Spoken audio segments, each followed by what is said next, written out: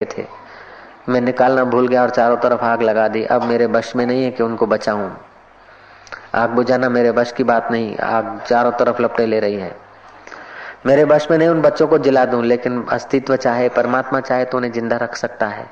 उसलिए मैं चिल्ला रहा हूँ, पश्चाताप भी करे जा रहा हूँ और उसको प्रार्थना भी किए जा रहा हूँ कि मेरी बेवकूफी को तू नहीं देखना, तू अपनी उदारता को देखना। मेरी नादानी को मत निहारना, तू अपनी करुणा को निहारना। उन बच्चों को तू बचा ला, तू चाहे तो बचा सकता है। उभर गया प्रार्थना से, अनजाने में देहाध्यास से खो गया। मटके पक गए। जिस मटके में बच्चे पड़े थे वो भी पक गया, लेकिन बच्चे कच्चे के कच्चे रहे, जिंदे के जिंदे रहे। मूकम करोति वाचालम, वो ईश्वर चाहे तो क्या नहीं कर सकता। वो तो सतत करता है। नहीं तो कलयुग का आदमी, घोर कलयुग का आदमी और अहमदाबाद में रहने वाला, हमारा क्या पुण्य है, हमारी क्या अकल है, हमारी क्या समझ है, फिर भी वो प्रेरणा करके ऐसी जगह पर लिए जा रहा है। अस्तित्व चाहता है, परमात्मा चाहता है कि आप सदा के लिए सुखी हो जाओ, इसीलिए तो तुमको यहाँ लाने की प्रेरणा देता है। तुम्हारी अकल और होशियारी से तो हम लोग कर करके थके हैं। उसकी बार बार करुणा हुई, हमने बार बार ठुकराई, फिर भी वो थकता नहीं है, हमारे पीछे लगा रहता है। जगाने के लिए कई आयाम करता है, कई तकलीफें देता है, कई सुख देता है, कई प्रलोभन देता है, संतों के द्वारा दिलाता है। बोले आशाराम बापू ने आशीर्वाद दिया, ये दिया, मैं क्या देता हूँ, मेरे पास ये होता तो फिर मेरा कुछ नहीं, मैं कुछ आशीर्वाद देता नहीं। परमात्मा तुमको अपने तरफ बुलाने के लिए आशाराम के द्वारा कुछ कह देता और हो जाता होगा। परमात्मा तुमको अपना बनाने के लिए आशाराम के द्वारा कुछ घटा देता होगा, बोला देता होगा, हो जाता होगा। तो ये अस्तित्व ही तो करता है, परमात्मा ही तो करता है, परमात्मा की सत्ता से तो हो रहा है। तो जब वो करुणाशाली ईश्वर इतना इतना कर रहा है, इतना इतना तुम्हारा ख्याल रख रहा है। बिल्ली के बच्चों को निभाड़े से बचाया। अब बिल्ली के बच्चों को निभाड़े से बचा सकता है तो अपने बच्चों को संसार भट्ठी से बचा ले और अपने आप में मिला दे, तो उसके लिए कोई कठिन भी तो नहीं है ना। परमात्मा तो सचमुच इधर उधर कहीं है नहीं। तुम्हारा अहंकार होता है तो परमात्मा छुप जाता है, तुम्हारा अहंकार खो जाता है तो परमात्मा हो जाता है। एक बूढ़े फकीर से गृहस्थी ने पूछा कि बाबा जी तुमको भिक्षा तो हम देंगे, लेकिन तुम्हारे जीवन का अनुभव क्या है। बाबा जी ने कहा देख ले। बाबा जी ने मुंह फाड़ा तो दांत नहीं, अजीब घुमा के देखा है। बोले यही अनुभव है मेरे जीवन का। बाबा समझे नहीं। बोले देख दांत कड़े हैं, गायब हो गए, और जीभ नरम है तो अभी तक है, जो कड़ा है वो जाता है। ये मेरे जीवन का अनुभव है। जो अकड़ है, जिसमें कड़ापन है, अकड़ है, वो जल्दी मार खो जाता है, मर जाता है। अकड़ वाले सब गायब, और जिसमें अकड़ नहीं है वो अंतिम तक रहती है। तो देह को मेरा मानकर जो अकड़ा है, और देह के द्वारा, बुद्धि के द्वारा जो कुछ जगत का कचरा भरा है, उस विद्या को मेरी विद्या मानकर जो अकड़ा है वो जल्दी टूट जाता है। लेकिन जिसको इन चीजों की अकड़ नहीं है, जो अस्तित्व पर बिखरा है, वो जैसे जीवा मुंह में कायम रहती है, दांत टूटते फूटते रहते हैं, ऐसे ही उसकी भक्ति, उसकी श्रद्धा, उसकी ईश्वर प्रीति कायम रहती है। ओम ओम ओम। तो तीन प्रकार के अहंकार हैं। एक अहंकार है मैं, देह को मैं लेकर, ये शुद्र अहंकार है। और इस अहंकार से भरकर कुछ भी तुम करो, यज्ञ करो, दान करो, तप करो, उपवास करो, मैं कोई जैसा तैसा नहीं हूं, 12 साल नमक छोड़ा है, कोई खास फायदा नहीं होगा। अकड़ और बढ़ गई। मैं 15 साल से घी छोड़ दिया हूं, घी नहीं बाधा लऊ छू, दूध नहीं बाधा लऊ छू। अरे तारा अहंकार छोड़वानी बाधा ले ना। जो नानक बोले सहज स्वभाव, जो सहज स्वभाव आ जाता है ना, तो उसी का होता है। परमात्मा सदा बोलता रहता है, लेकिन हम इतने बहरे हो गए हैं कि अहंकार के अकड़ के इतने पटल चढ़ा दिए कि परमात्मा का आवाज सुनते नहीं, और अहंकार परमात्मा का रूप लेकर बोलता है हूं बोलू छू, हूं अंतर्यामी छू। अल्लाह जा भैंस, अंतर्यामी कभी नहीं बोलता मैं अंतर्यामी हूं। यार मैं बुलाया उसको बाउंड्री में, मैं क्या बोलो जिज्ञासु क्या चाहिए, क्या पूछते हो।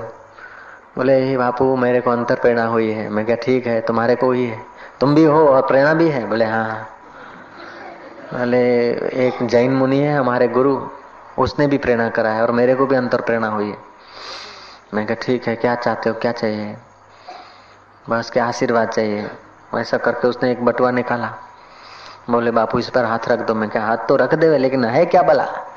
बोले बापू एवं છે કે 1.5 લાખ तो હું મારા ગુરુને અર્પણ કરવાનો છું, 1.5 लाख तो गुरु को अर्पण करूंगा आश्रम बनाने में, और 40,000 रुपया गौशाला में दूंगा, और 10,000 का दाना डालूंगा। 2 लाख हो गए। और 30,000 में जो पगपाड़े हमारे श्रावक साधु जाते न, उनको वस्त्र में खर्च करूंगा। 2,30,000 हो गए। और 1 लाख कन्याओं में स्कूलों में खर्च करूंगा। मैं क्या ये सब ठीक है, लेकिन इसमें क्या है?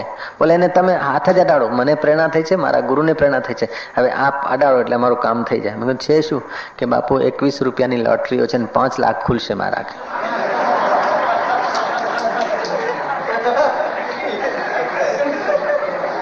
घटित घटना है। मैं क्या जिज्ञासु तो पक्का है भैया। मैं क्या हम हाथ नहीं लगाते, और हम भी हाथ लगाएंगे तो हमारा हिस्सा कितना? बोले यहाँ धजा चढ़ाईस धर्म नहीं। मैं क्या अच्छा कितने के चढ़ाएगा? बोले जे खर्चो था 25, 50, 100 रुपया, 500 रुपया। मैं कीधु सारू તમારા નામની 1000 રૂપિયાની ધજા ચડાઈ દઈશ, પણ એને હાથ નહીં અડાડો। હું કહેતા હો તો તમારા નામની ધજા ચડાઈ દો। તો કે બાપુ હાથ લગાડવામાં શું વાંધો જાય છે? પણ લગાડું તો કઈ થાય નહીં। તો કે બાબા બધા જૂઠા। जय जय।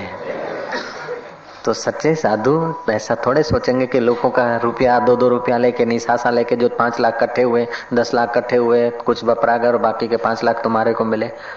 हम मूर्खों को पता नहीं चलता कि हम संत के पास क्या मांग रहे हैं। तू लॉटरी ऐसी खुलवा कि जो कभी नाश न हो। ये रुपयों की लॉटरी खुलवाता, तो आत्मज्ञान की लॉटरी हम खोलने के लिए पीछे पीछे घूम रहे हैं। ओम ओम ओम ओम।